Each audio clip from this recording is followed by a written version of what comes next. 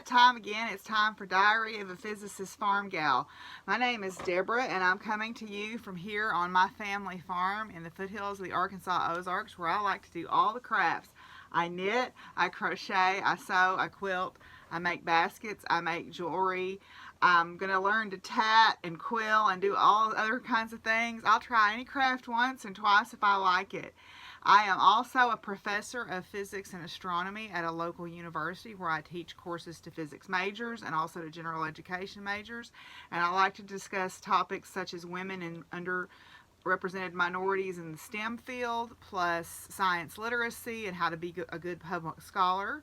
I also participate in service learning, and I volunteer at our planetarium to do planetarium shows to school groups. I am also a third-generation family farmer.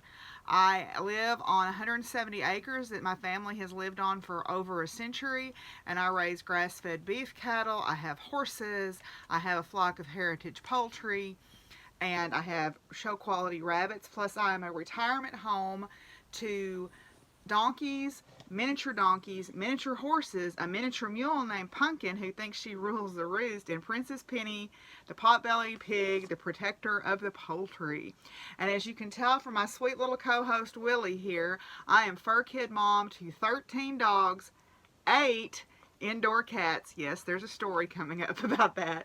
And an undetermined number of outside barn cats. And I look like I'm trying to audition to be in a grunge band. I guess I need a flannel shirt, and I'm all set to be in the movie Singles.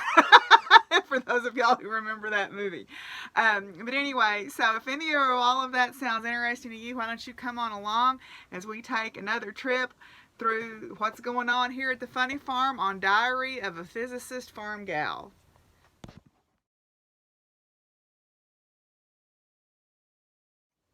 Okay, if you're looking for me on social media, my farm Facebook page is the same as my YouTube channel name. It's Buckthorn Farms, and I post lots of articles about farming and pictures of my animals and things that are going on. And occasionally I write some pieces on there as well. If you're looking for me on Ravelry, you can find me on both Ravelry and Instagram as Doc Firewoman. And there is also a Ravelry group for the podcast where you can find out about Makealongs and giveaways, and we'll talk all about the Makealongs in just a little bit. So join me there. I am also on Twitter as Doc Firewoman, but I will warn you, my politics are fairly socially liberal. I am a Democrat and proud to be one, and if that kind of stuff gives you heartburn, probably don't want to follow me on Twitter, because Twitter's where I really go to town about those kinds of things.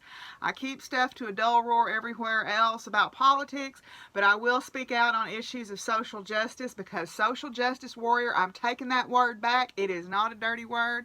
So there you go. I'm reclaiming that power. Anyway, so I try to speak my mind about important topics, even if it's not my fight. I am a Southern white woman. I don't have to fight a lot of fights, but I choose to fight fights because it affects people that I love and care about, and it's humanity's fight. So, rage on, sisters. Anyway, but we don't do a lot of that on anything except really Twitter, but I will speak up when I feel like I need to. Okay, so let's talk about Makealongs for just a little bit. I have several Makealongs currently active in my group. I'm not going to go into a lot of detail on any of them. I'll just give you a short one-sentence summary, Deborah, one sentence. Okay, Willie, are you okay? Ugh. For a little dog, you sure can push hard.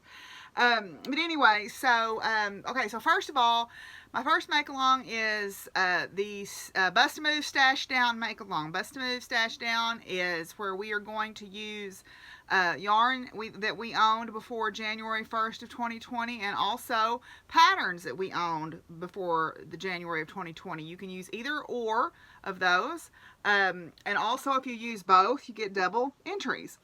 I am doing this to correspond with other stash down groups. I know Kirsty from Grianaig Creations has a stash down going on. I'm sure there are others. I just can't call them to mind right now. If you're using scraps, I know the Knick Knack Knits podcast, Nikki and Heather have a scrappy make-along and a get it done make-along to finish projects. So go and check those out, because double dipping, triple dipping, quadruple dipping, you dip as much as you want to, as much as that ice cream cone will hold. if you need any advice on how to enter Makealongs, may I recommend you talk to Shirley Knits 123, because she is the grandmaster of entering Makealongs. Trust me, she wins all the time, and rightly so, because she works that Makealong.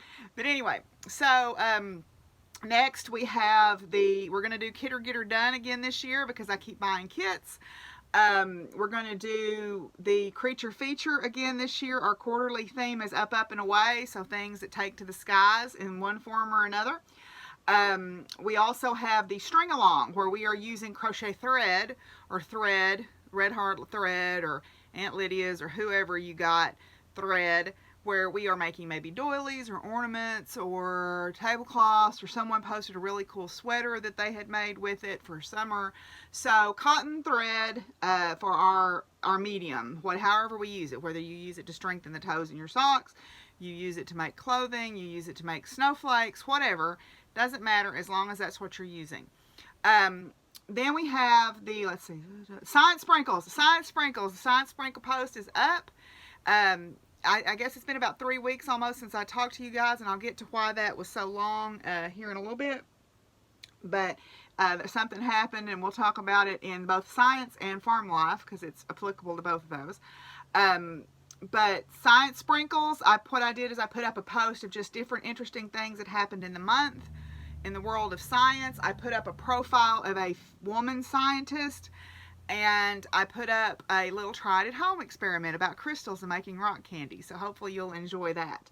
Let's see. Kit or Get Her Done, Science Sprinkles, String Along, Bust a Move, Stash Down, Creature Feature. Seems like there's one I'm missing. What is it? Oh, Practical Magic. Practical Magic. Yay, Practical Magic.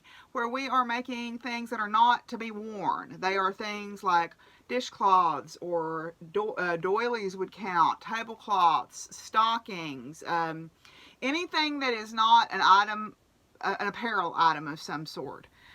So, you know, baskets, bird nests, whatever. And before I forget, we are still doing the special appeal for Australian wildlife. I know Shop Shoal is getting ready to send in some stuff, which I've got things to send in, or I've got things sent in to that. And then I'm going to make a few more probably, because I found some more flannel, so I'm going to make more. Shop Shoal is working directly with some rescues so they don't get overwhelmed with supplies. I noticed some people were posting this thing about don't send this stuff, don't send this stuff. Well, that may be one rescue area, but this is going to be an ongoing crisis, and Australia is a continent. It is not a single, it's a big country, I guess you could say, but it is like Canada. You know, it has provinces, and you know, what group needs over here might not be knowing about the group that needs it over here. So, but Shop Shoal is working directly with the rescue to make sure they don't get overwhelmed, and also to make sure that if they don't need it, they find a place for it to go. And it may go to a rescue that is not in Australia, and that's fine with me. As long as it's getting put to work, I don't care. I just wish that people wouldn't be so dadgum negative. I saw somebody on my Facebook, and I like this person, I respect this person, but they posted, y'all need to quit tagging me in all this stupid stuff about making koala mittens. Here, they don't need them. And I'm like, look, we're just trying to help out. Some people can't afford to send a lot of money. So maybe they have yarn and they can make things and mail it. So why be so dadgum negative, you know? It seems like anytime you try to do good, there's somebody coming along behind you going, rah, rah, rah, rah, rah, and I would like to smack them upside the head with a skillet sometimes. Anyway, Practical Magic is the cotton making, or it doesn't have to be cotton, make stuff for your house, and then we still have the Australian wildlife one going on. So those are our Makealongs. I am not going to talk about other people's Makealongs much this week in the interest of brevity. I did mention Kirsty's. I mentioned Nikki and Heather's. I know Vanessa is having a stripe along, so stripey Makealong thing. So work those stripes if you can. But that is all we're going to talk about this week. So now we're going to move on and talk about finished objects.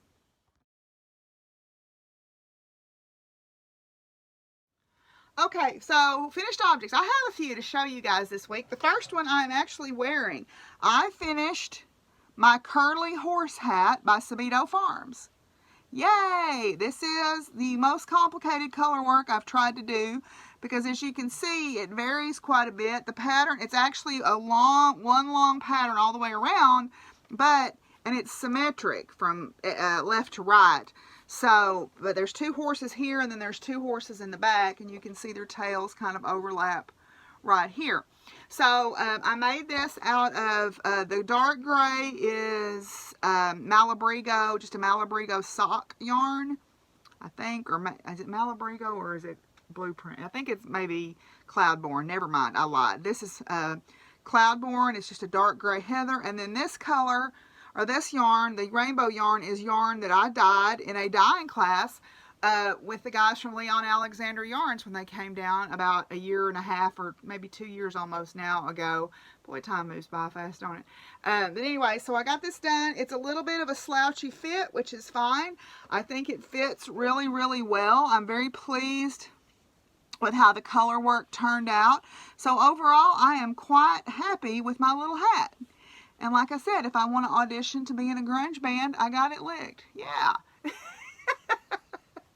Anyway, so this is my first finished object. Woo! My second finished objects are a group of, I'll just show these as kind of a group. Well, no, let me show this one first. So I was working on this dishcloth, and I finished that. So whoop-de-whoop-de-woo, just Grandma's favorite dishcloth. Nothing fancy there. But I had a little bit of yarn left over, so I made these scrubbies. And I can't call the name of these to mind right now, but I'll put them down in the information bar. They're worked up like a granny square situation almost, but they're little petals. And someone on my, I think Jodidiah on my group had made one of these, and I saw it and thought that would be really cute. So I used up what was left of the yarn from this in these. So got those out of that. And then in the same bag I had that in, I still had a little bit of a scrap of this yarn. So I crocheted up this is the simple scrubby pattern. I crocheted up 3 of these. So I'm just trying to build a cache of these items, either for myself or if I want to give them away. Do you want down? Okay, why don't you jump down? Whoop, whoop, there you go, buddy. So I have them if I want to give them away as gifts or whatever. The last 2 things I will show are my elephant. Oh, that's it. I forgot to eat the elephant make-along. Good grief. I've got so many of them. It's like herding cats. So, yeah, we have a make-along called How Do You Eat an Elephant One Bite at a Time? Where you commit to work on a project every day, even if it's just 5 minutes, for 2-month chunks of time. So you have a 2-month commitment to this project. So I am working on my Marine Life blanket. So I got 2 blocks finished for this. So this would be block number 15 out of 20. This is the sea coral.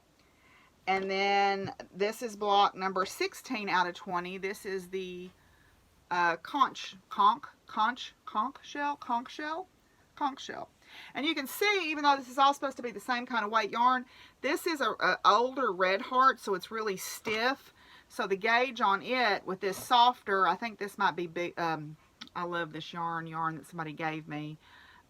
This is a tighter gauge, so I'll have to crochet around these blocks with single crochet to get them all the same size. Oops, excuse me, Froggy. Boy, we're just having a time, aren't we?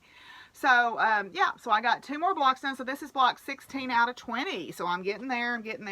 Work a little bit every day on it, and before you know it, you're getting stuff done. So that's the kind of the point of that particular make-along, was how do you eat an elephant? One bite at a time. But anyway, so that's all of my finished objects that I'm going to show you this week. So now we're going to move on and talk about whips, and I have a few, so we'll move on to that. Well, this is Deborah from the future, past, yesterday, sideways, I don't know. I forgot to mention, I also made quite a few little nests and some pillowed bat wraps. I'll put a picture of them in here where you can see what I did. These are to send to Shop Shoal with their appropriate paperwork so that they can go out to help whatever rescue might need them. Forgot to mention that. And I finished 2 more snowflakes. I finished the Enterprise and the Allen snowflakes, so I'll put pictures of each one of those up here. And so now I've made 9 of 12 snowflakes, so I have 3 left. So I've got 3 left in my snowflake collection, and so I need to finish that up too. So anyway, yeah, I thought I was done. See, I even have notes, and I didn't look at them.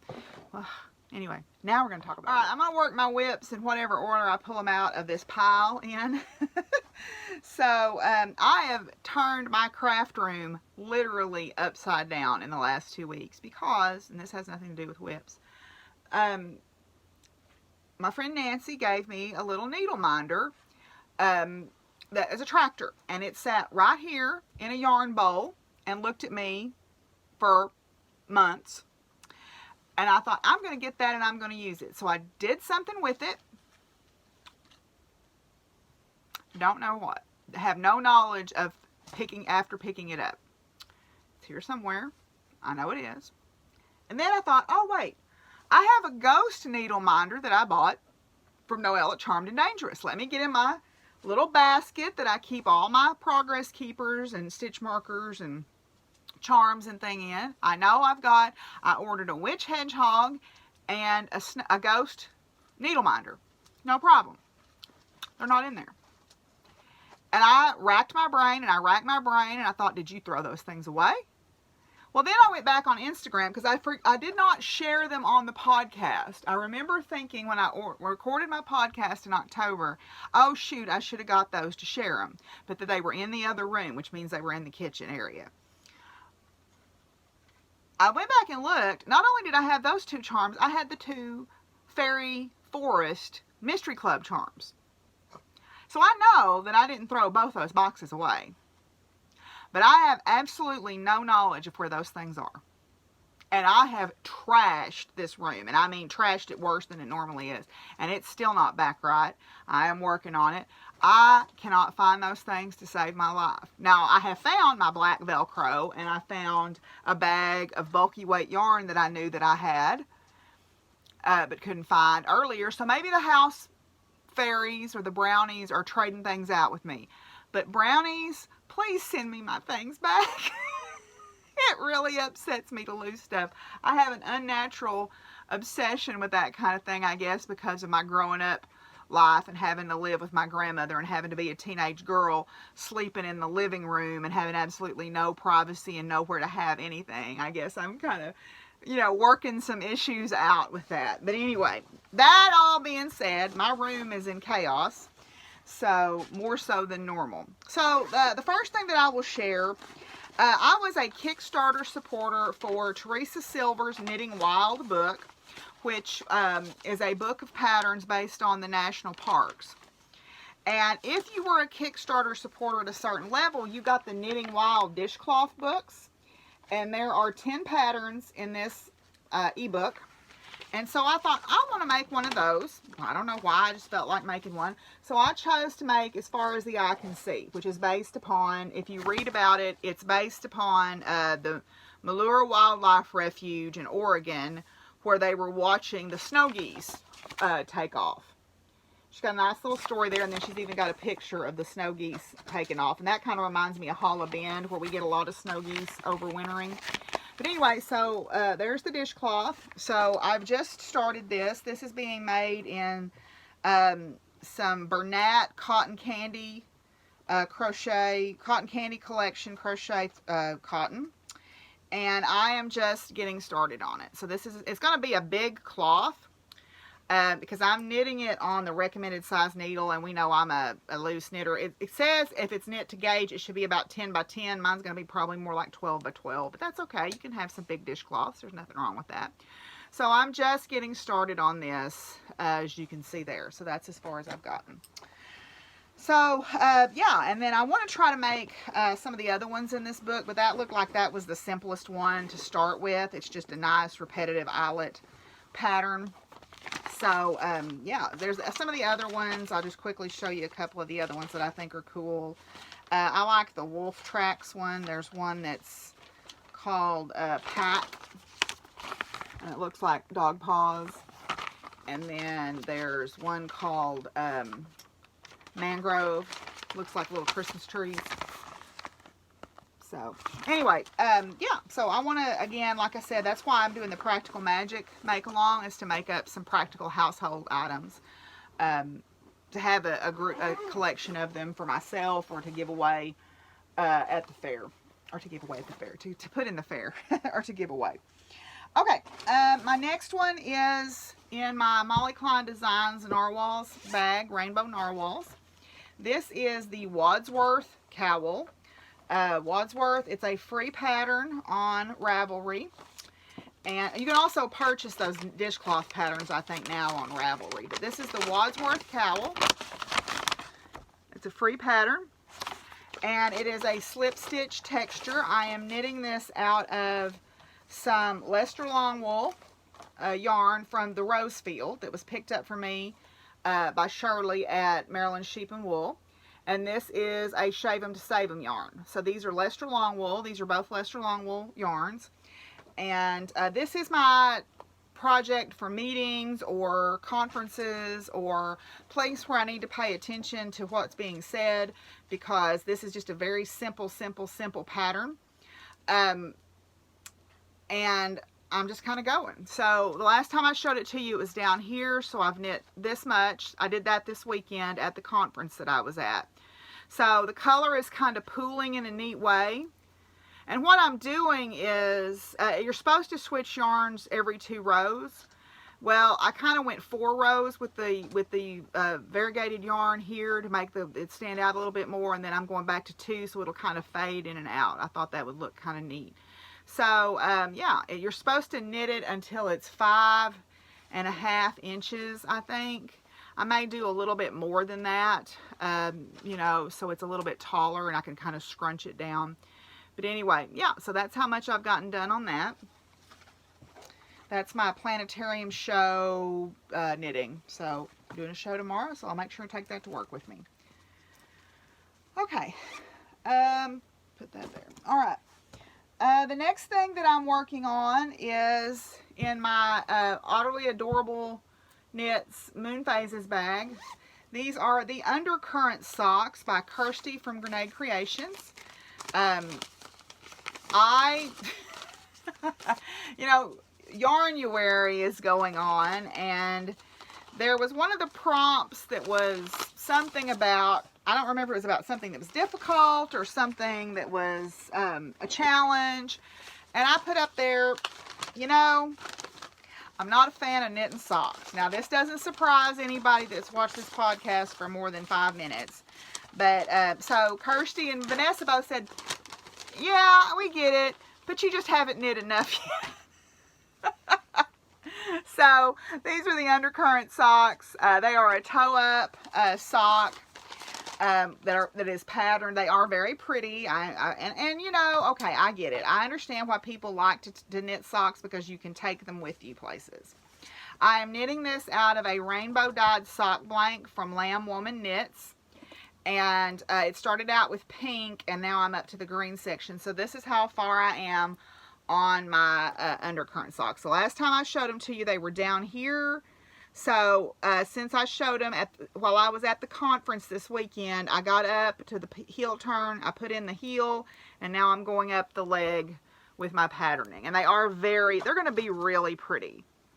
But the sad story about this is, because I am a loose knitter, I had started some knitting expat socks. If you've watched, you remember that, and I ended up frogging them because they were too big, because they had eyelets in them, and I know eyelets tend to make the socks be a little bit bigger. So I knew I was going to need to go down a needle size. Well, I already knit my socks on 1s, so where do you go? You go to 0s. All right, fine. So I go to my local yarn shop, forgetting that someone had given me some 0s. I go to my local yarn shop, and all they happened to have in stock at the time was Leica wooden 0s. They're like toothpicks, okay? I didn't even make it through the first heel before I snapped one of those suckers. There is wooden 0s. Don't do it. Don't do it. I love my Leica needles. I use them a lot, but little bitty ones like that, no, thank you. I guess I'm just too rough on stuff. But Agatha had given me some Knitpicks that are also wood, but they seem to be a little tougher. So I was able to take those with me and finish my heel and finish my heels and then start going up the legs. So far so good, but I have ordered me a set of 0 chalgoos. So they should be here anytime, and that'll take care of that problem. Okay. All right, so let's see. I'm still working on the snowflakes, but there's really not, they're hard to show those just because they're all crunched up because they haven't been blocked yet, but they are in this really cute curvy witch's bag from Tesla Knits, so I'll show that. Then, let's see. I started working just a little bit on my Brigid hat, which is in my Kitty Cat Moods bag from Fat Bottom Bags.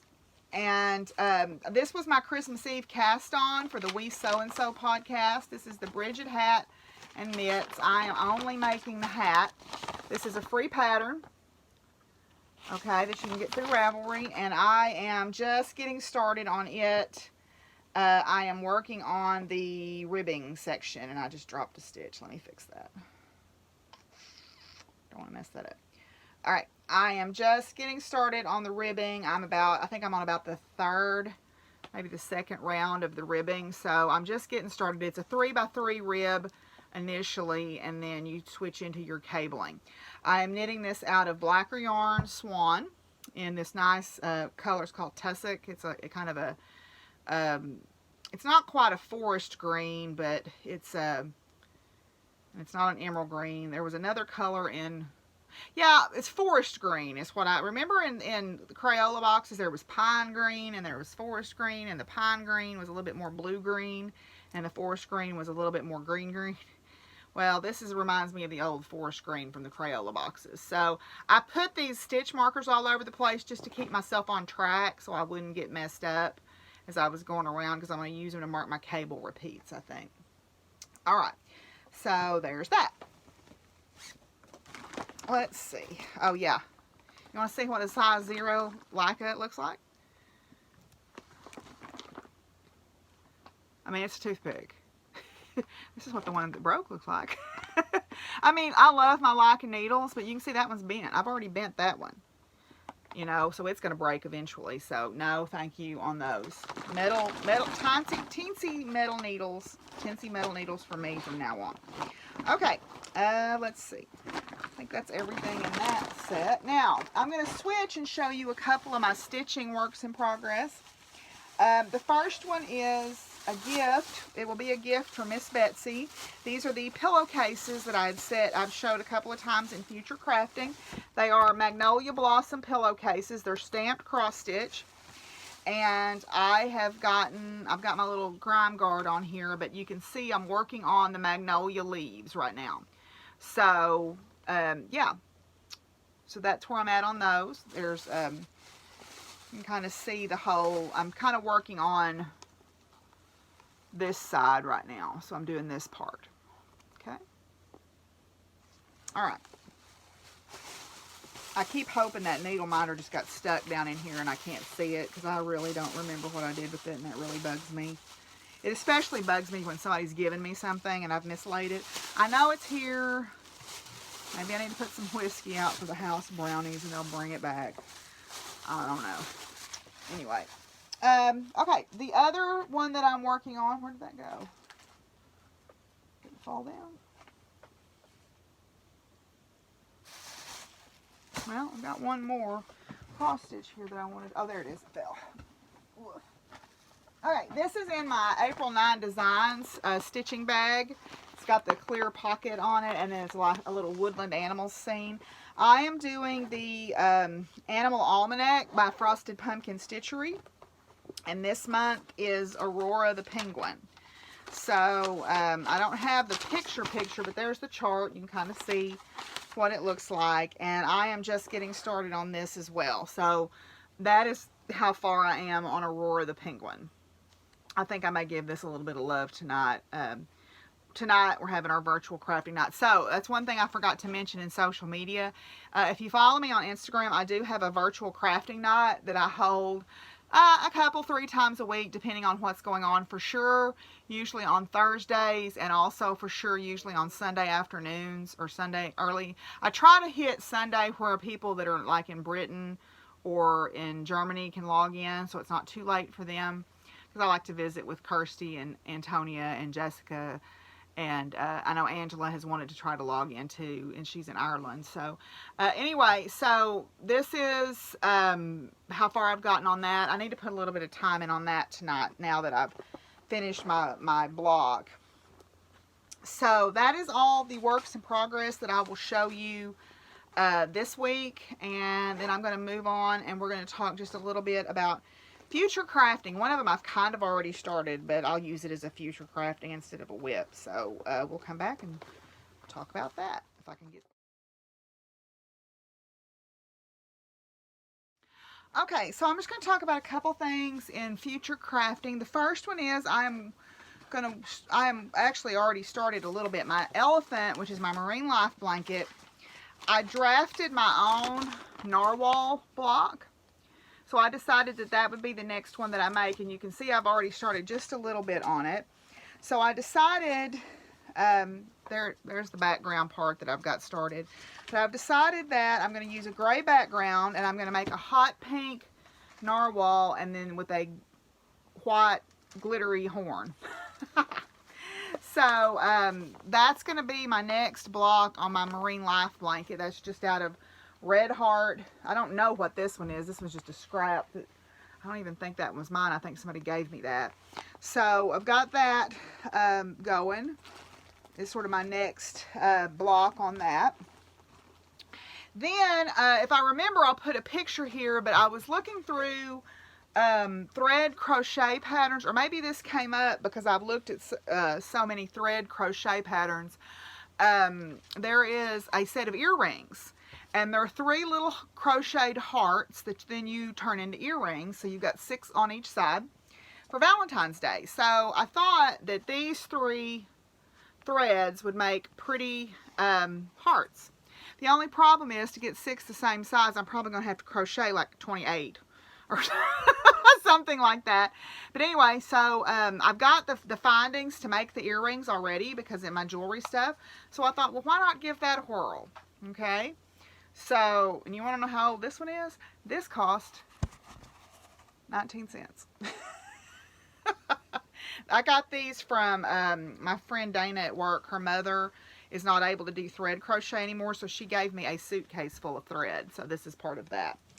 The other thing, and I'll put a picture of it here, I don't remember the pattern writer, but I'll link it below. There is a beautiful autumn doily that I want to make. So I got my brown crochet thread, and then in my acquisitions I'll show you the rest of the crochet thread that I got to go with that.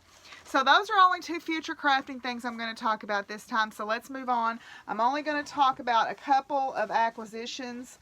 I've got a gift, some gifts that I will show you, and then something that I bought. So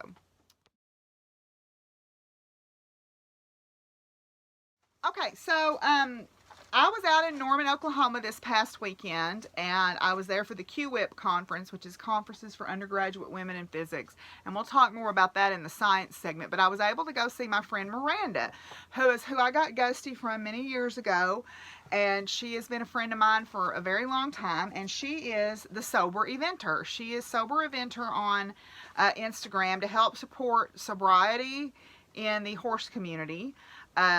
She is on her sobriety journey herself. She is almost 500 days, I think, sober is where she's at. So I'm very proud of you, Miranda. You probably are not watching this.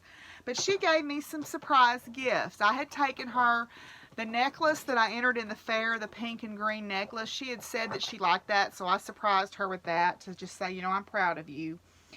She gave me one of her stickers. That's her and her horse Heart. And if you want to follow her, she's Sober Eventer on Instagram, and she helps promote sobriety and anti-bullying in the horse community. And then she gave me this beautiful little science atom pendant, or progress keeper, really. It's on a lobster clasp. And then she said, because Flame and I are rock stars and we're going to rock the dressage arena next year, she gave me this beautiful stock tie pin, which when I show dressage, I wear a stock tie, which is kind of like an ascot, but then you put this on it to hold it in place. So I think that's very beautiful, and I'm very honored that she gave me those beautiful things. So I am going to put those in a safe place. Hopefully that I will remember where they are. So I think I will put those right there for now, and then I'll come back to them. My other acquisition is I made an order from Knitpicks on the 31st of December so that it would count for the stash down, to supplement my crochet thread, because I want to make, Maria out in Colorado bought me a couple of really beautiful patterns as gifts, and they're for table runners. So you needed a like 1,500 yards, 1,700 yards of the same color, and I didn't have any one thread that I had that much of except for white, and I don't want a white table runner. So I purchased their Curio crochet thread. I purchased several different colors of that to make some different things out of. So one of the colors that I got 3 balls of this. This is spearmint. Okay, spearmint. It's a green color there. Okay, then I got, this is, let's see, where does it tell what color this is? Hollyberry. I got 3 skeins of this, or 3 balls of this.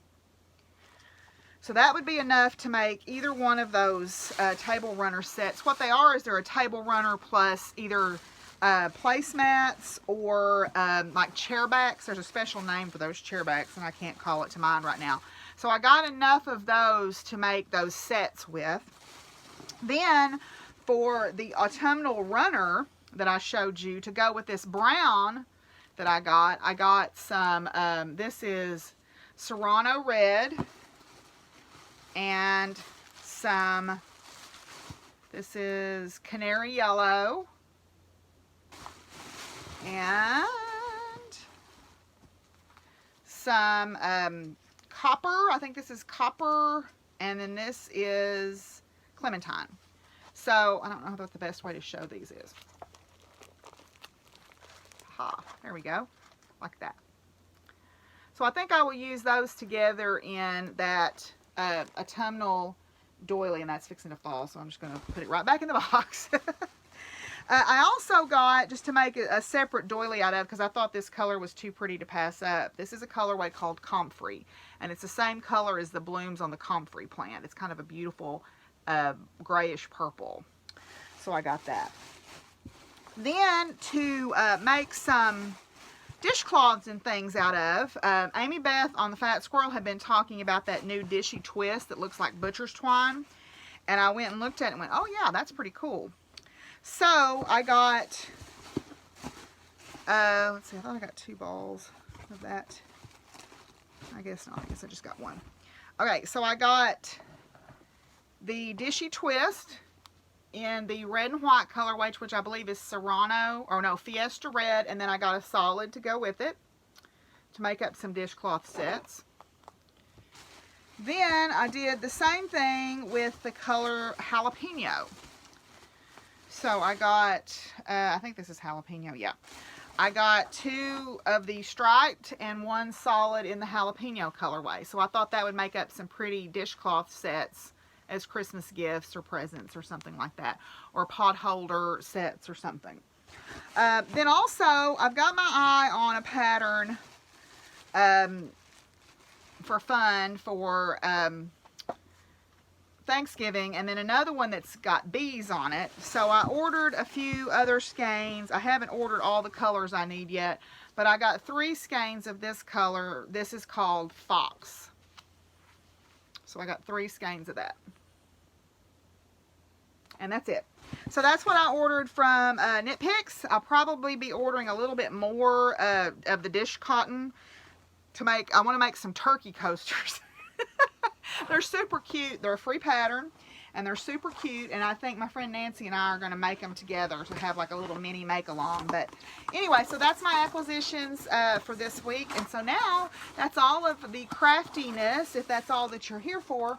But if not, we're going to move on and talk just a little bit about science. Yay!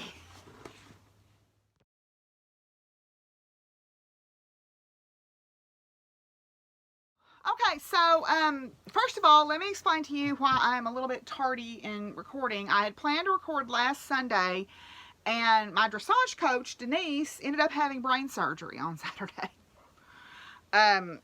She had a major concussion. She did not fall off of a horse. She apparently fell in her house due to a seizure of some sort and hit her head on a very heavy wooden chair and then hit the concrete floor and hit about right here and gave herself a concussion. But because of the nature of the way she fell, she did not remember falling. So she did not realize, and that glare is coming in from that window over there, she did not realize that she had a concussion for about 4 days. Even though she has seen plenty of us come off and get our bells rung coming off of a horse before. And the first thing that she would tell us is, you need to go to the doctor. She thought she had the flu because the symptoms of a concussion are very similar to the symptoms of the flu. So finally, Saturday morning, this crazy woman drives herself to the emergency room at 6 a.m. They do a CAT scan and go, oh my gosh, because she had blood in her brain, in her cranial cavity. So she had to be transported by ambulance to St. Vincent's Hospital in Little Rock from Conway, and where they had to drill a burr hole to relieve the pressure from the bleed and repair the little vessel that was bleeding. And she is expected to make a full, complete recovery. So very fortunate there.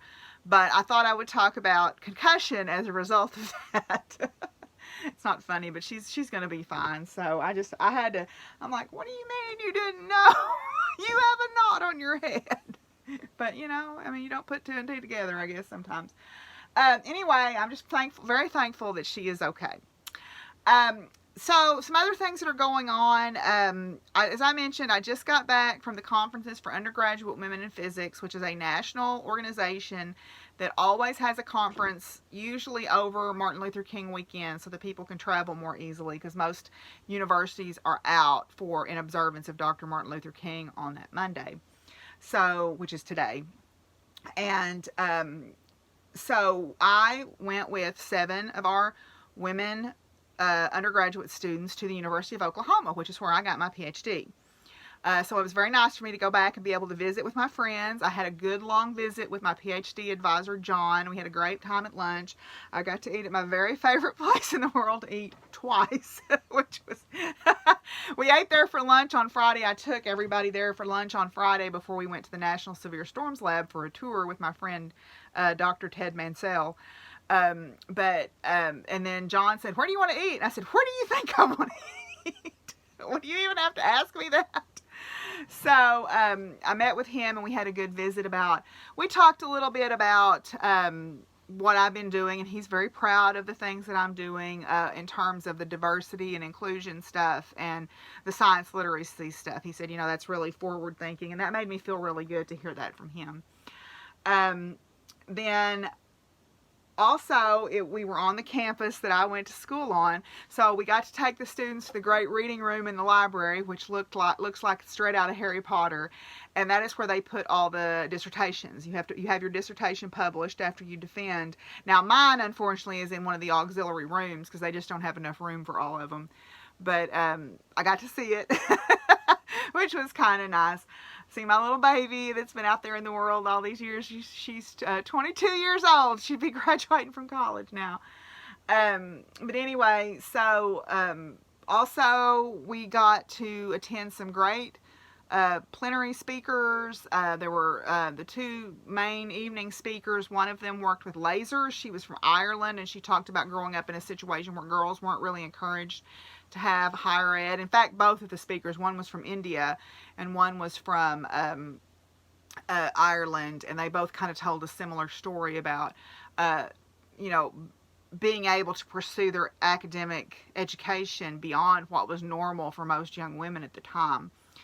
And then they talked about their research. One works with lasers, and the other one looks at planet orbits, which was really kind of cool, about how the planet orbits evolved over the history of the solar system. So that was kind of neat. We have been back to campus now for about a week. Of course, I missed on Friday because of the conference, but I've been back for about a week, and I'm teaching 3 classes. I'm teaching my physics major class, astrophysics, and then the college physics 2 class that I taught last semester. So the semester's off to a good start as far as I can tell. We just barely have gotten started, but I seem to have pretty good groups. We've already got our service learning thing scheduled.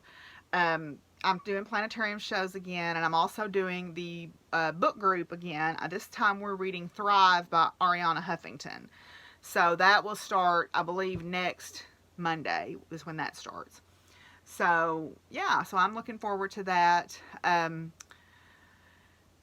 And I also, my program is getting nominated for one of the Service Learning Program Awards. So I hope that we are at least a strong contender for that, realizing we may not win because there's some really great service learning that goes on campus. But I'm going to look at doing some publication with that because I want to look at how my students' attitude toward service learning and toward science education and public science work has changed from the time they start my class to the time they end it. So I want to talk to my current students. I want to talk to former students and do some interviews and do some focus groups and stuff. So just to kind of see, because I want to show that there is value in having these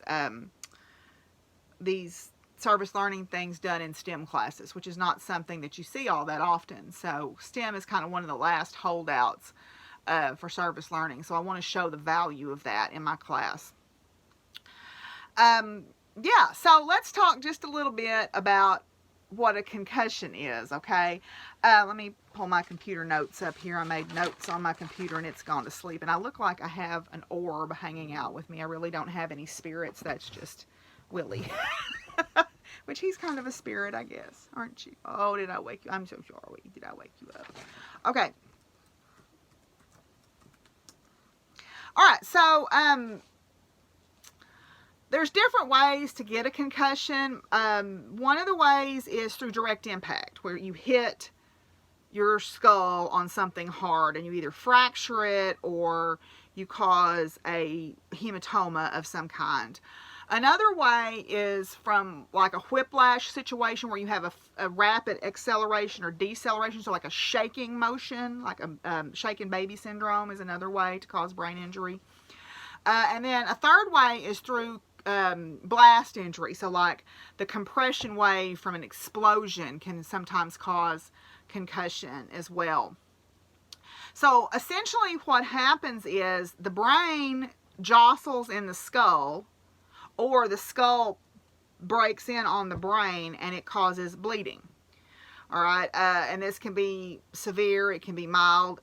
You may have hit your head, and one of the rules of thumb is, do you get a bump on the outside or not?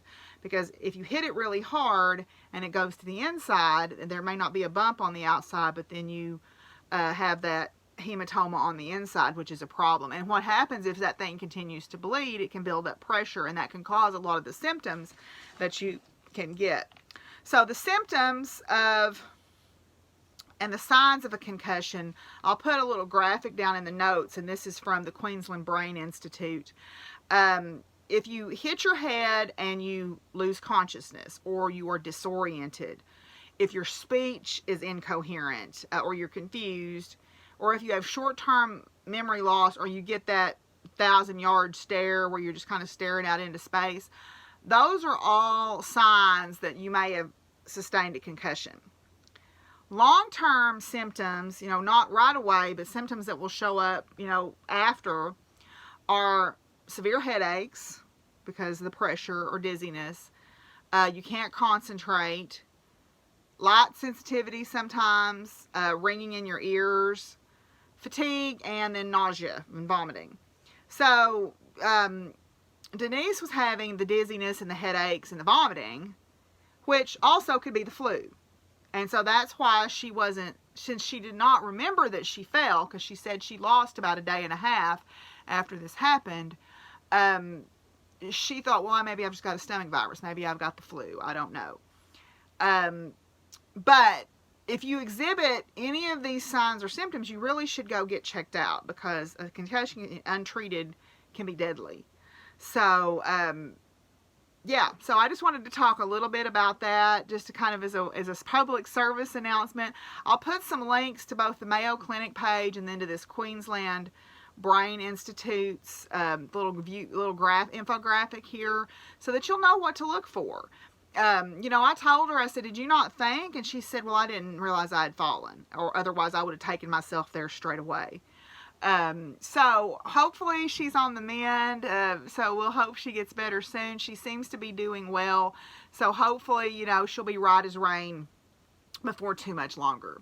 So anyway, so that's all we're going to talk about with science. So now we're going to move on and talk about farm life.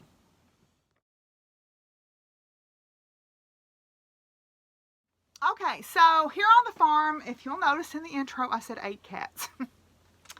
Didn't really want another cat. Just happened to flip over to my Facebook other messages, because, you know, Instagram will at least tell you if you're getting messages from people that you're not connected to. Sometimes Facebook doesn't, and for I don't know what reason I felt like I needed to go look. But at any rate, I went and looked, and there is a message from a guy going, Vicky said you'd take this cat, because if you don't, I'm going to kill it. I thought, well, great. How long has that been there? And it turned out he had sent it just the night before. So I messaged him and I said, is the cat still alive? And he said, yes. And I said, Vicky who? And it turns out it's somebody that I do know. Not really close friends with this person, but I do know them. I was kind of aggravated and kind of told this person, don't do that. But I went and got the cat. He is about, they say he's about 4 months old. I think he's older than that. I think he's more like 6 to 7 months old. But he is a black tuxedo cat. He has integrated into the group. I bought a big kennel carrier cage and put it on the table so that he could see everybody and look around. And now I've let him be out for the last. He was out. He's been outside or not out in the outside, but out in the house exclusively since Thursday of last week. And he seems to, he's still kind of a little bit cranky about food. But who knows what he had to go through before he showed up at these people's house. What it boiled down to, though, when I got to the house was that he had showed up as a kitten. And they were trying to keep him, but they have 2 dogs, and they're hunting dogs. And they have a very strong prey drive, particularly the female. And the female had cornered him a few times, and they were afraid she was going to kill him. So I'm like, okay. So I ended up taking him. His name is Milo, and I need to go get him neutered. But I told this lady who gave my name out, I said, please don't do that. I counted up. I'm feeding 183 animals. That's a lot of animals. And that's a big feed bill. I mean, that's the cows and the rabbits and the chickens and everything. The gray turkey has gone to live with a friend of mine's son. They came and got him about a week and a half ago. And he has gone to live, I don't know, I think on a farm somewhere. I didn't really ask a whole lot of questions. They just said they were not going to eat him. So I'm like, okay. So Gray Turkey has gone. I tried very hard to give Gray Turkey a chance, but Gray Turkey started trying to kill the other turkeys. And when he would attack me, Penny would attack him. So it was going to come down to a high noon situation between Penny and the Gray Turkey. And I don't want to get her started killing birds, because then that will be a problem. So Gray Turkey is gone. He has gone to live with someone else, and that is fine with me. So I did find him a home. I think I found some homes maybe for my extra roosters too. I'm trying to do that. It has been chilly here the last few nights. It's been more typical winter. We had some very warm days prior to this, but the last few days we've been getting down into the low 20s at night. And tonight's going to be just as cold. It is very muddy right now because we've had a lot of rain, but it's beautiful and sunny right now outside. I've been working on a little bit of garden planning, starting to lay out my raised beds and starting to clean things up and put some weed barrier down and things like that. I still need to do some pen expansion for the birds and then put down a little bit more weed barrier around some of my other little fruit trees. And then I need to bring in, I've got a little portable greenhouse. I've got my spare room almost straightened up. And when I get it completely straightened up the way I want it, I'm going to bring in a little portable greenhouse that I've got and get my seed starting situation ready. I need to look at Penny's feet. I think her feet need to be trimmed. She is a portly girl and she needs good hooves to hold her up. So I need to trim her feet. Gusty, Flame, and Bo are still at home, but I'm planning on taking them back over to the barn Saturday. So that will have given them a month break. Think that I have decided that I am not going to breed Gusty this year. And the reason is I need to get Trixie ridden and I need to get Gusty bred, and both of those are expensive things. So I have to pick one. So I talked with my vet, and my vet said she doesn't have a problem with trying to breed Gusty at 18. Should be fine. We're going to go ahead and biopsy her uterus this year to make sure that it's healthy. And then that will let us know how to proceed next year. But I do want to get Trixie ridden so that we can start making use of her. I can start riding her. But I'm going to take everybody back and get them settled back in over at Miss Mary Ann's. I haven't been riding, but they've been doing a little bit of riding on these more pleasant days. But like this week, it's just simply too cold outside. Even yesterday, it was beautiful and sunny, but it was so cold and that wind was blowing 90 to nothing. And it was just it was very unpleasant outside. So that's kind of where we're at. We're just kind of in a holding pattern right now as we're moving through the last parts of winter. I've got to get some more hay over here. I know Mr. Taylor said I had a little bit more hay coming, and then I'm probably going to have to buy just a little bit more because I like to keep plenty of hay in front of the animals. That's what keeps them warm. I just got in from putting hay out for the cattle. That's what keeps them warm and keeps them going on these cold nights. So I'm trying not to short them if I can help it. But anyway, so that's kind of where we're at. Just kind of getting along, you know. My washing machine is trying to play out on me, which, you know, it's over 20 years old. So it looks like I may have another Lowe's adventure to tell you all about pretty soon. But anyway, my refrigerator's working great now. So now, you know, maybe the next thing will go a little easier. But anyway, so I think that's where I'm going to end Farm Life. And I'll move on and end with a few final thoughts.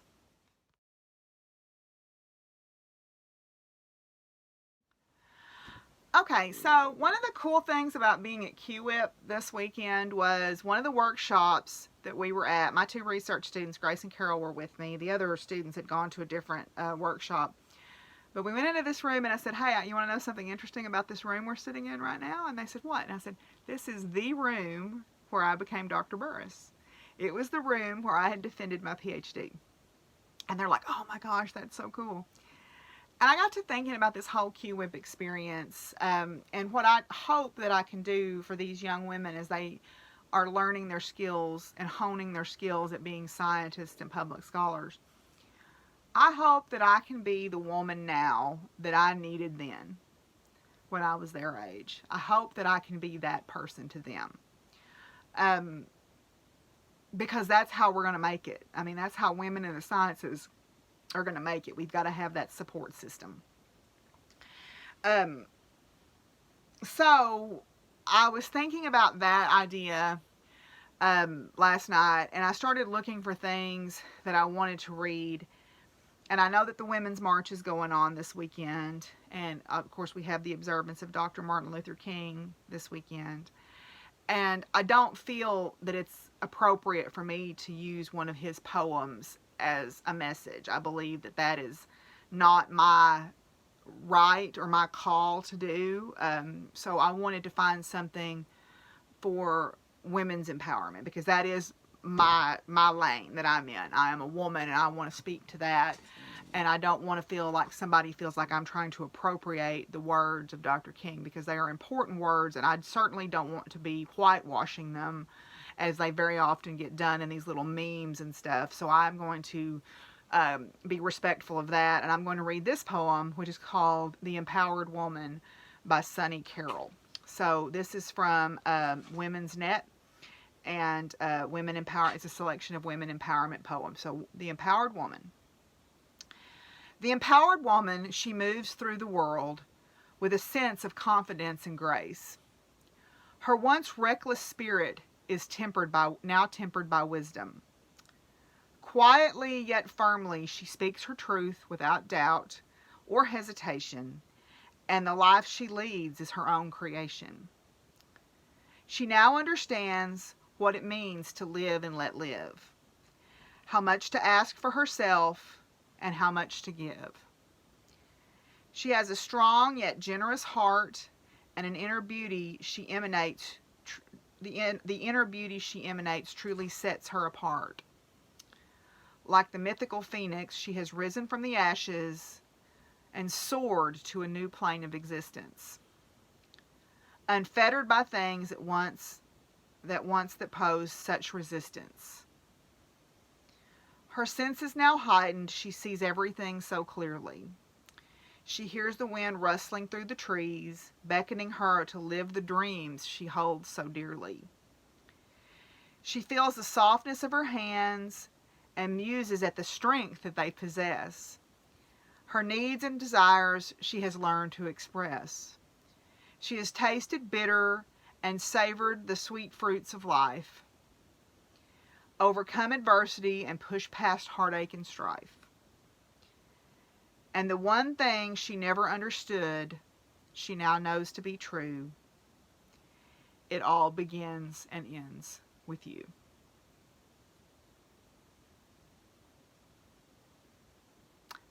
So may we all strive to be the woman we needed then as girls. So anyway, that's where I'm going to leave you. Willie is asleep. He don't like the cold weather. He likes to take naps when he gets warm. So anyway, that's where we're going to end it. I hope that you are all doing well. I hope that you are staying safe and keeping warm or staying cool, depending on what hemisphere you're in.